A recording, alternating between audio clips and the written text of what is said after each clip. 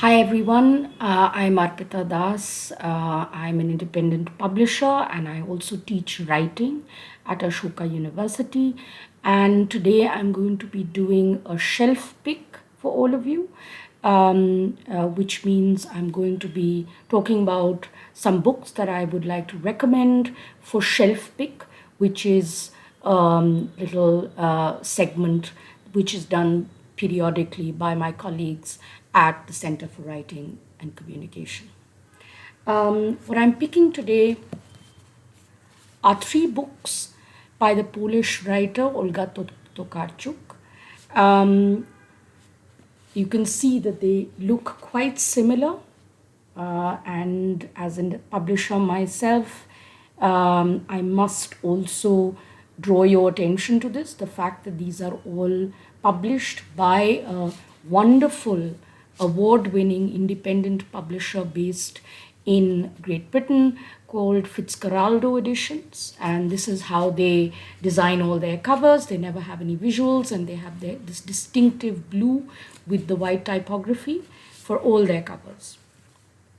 So these three books are by the Polish writer Olga Tokarczuk, who has now, of course, not just won the Man Booker International Prize, but she's also won the Nobel Prize for Literature. And I'm going to be talking about these three books, not in the order in which I read them, but I'm going to go backwards actually. I just want to also flag the fact that there is one more book of hers which is now available in the English translation. Of course, there are many more books in Polish. 4 have been translated in English, but these are the 3 which I've read. So I'm going to start by talking about the Empusium, a health resort horror story. And before this, I just want to say that one of the most interesting things about Olga Tokarczuk is that she often uses a genre, a specific genre for a particular book. And of course, when she decides to use a particular genre, you will find that she very meticulously follows all the rules of the genre. But at the same time, she subverts periodically to serve another end. And it's very interesting to keep watching for the subversions, which often act as little digressions from the genre, even while returning to the genre afterwards.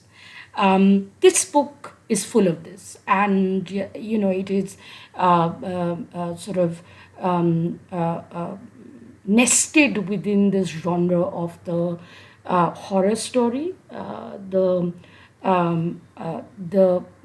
As young people say these days, there is also the Easter egg of the influence behind this novel, which is Thomas Mann's classic Magic Mountain.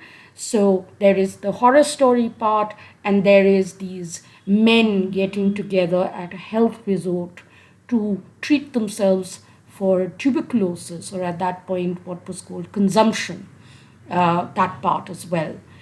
But what emerges, the story that emerges through this so called horror story in a health resort, is that of some sort of proto feminism, perhaps, or, pre-feminism, or feminisms, perhaps.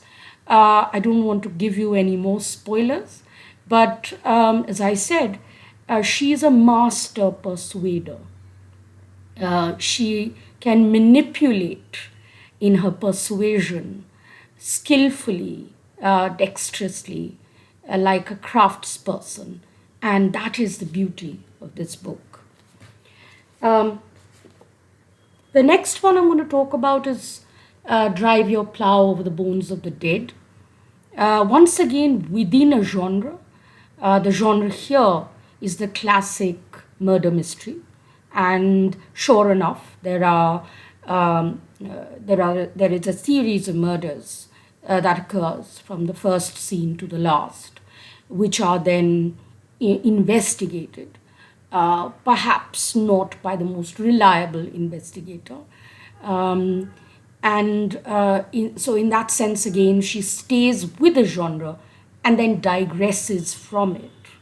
Because what she's also building alongside the murder mystery is a set of questions about how the natural environment is being murdered, as it were.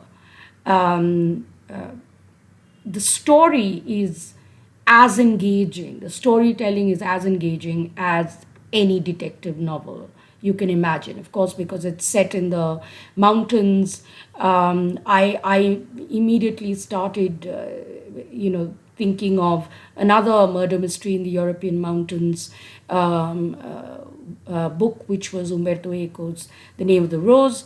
But as I said, the investigator here is fairly unreliable, so do keep that in mind.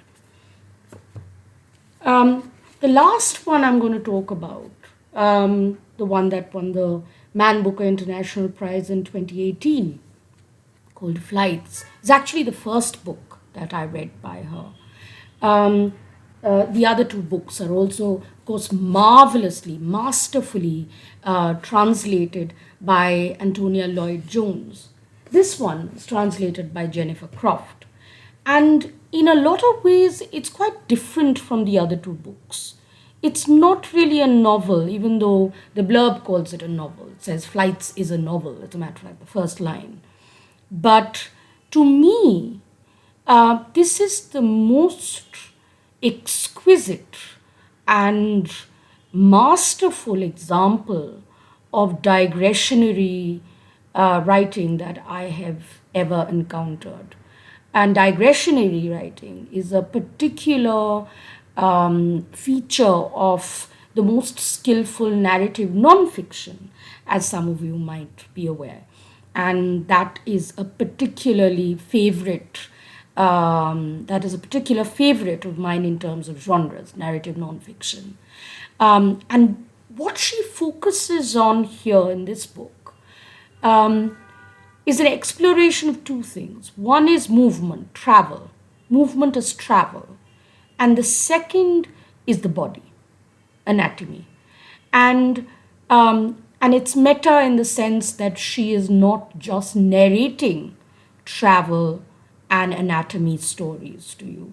She is also traveling herself as she does that and bringing a body of stories to you through her travels.